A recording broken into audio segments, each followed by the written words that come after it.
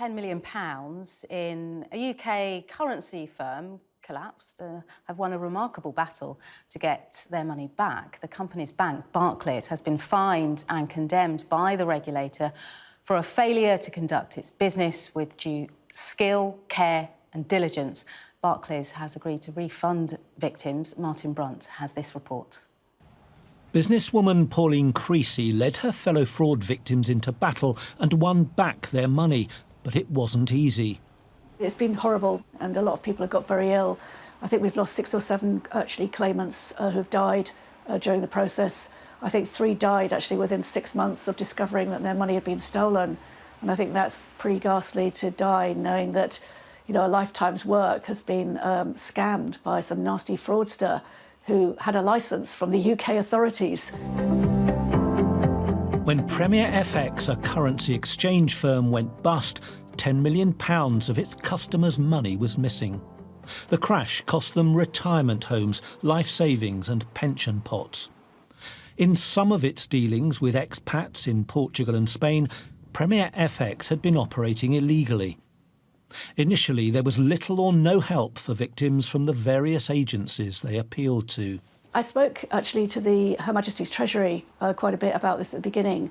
He said no one's interested in fraud in the UK. He said the UK government will only get involved if it's a big international scam. And there's a certain amount of kudos for the government in working together with our international partners to actually bring down, you know, some big crooks. And he said, you know, it's good for us and it's good for the City of London.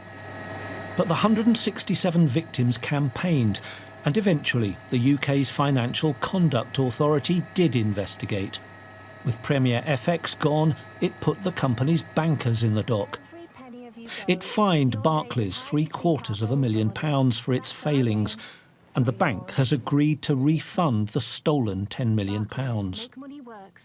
The FCA said there was a failure by Barclays to conduct its business with due skill, care and diligence.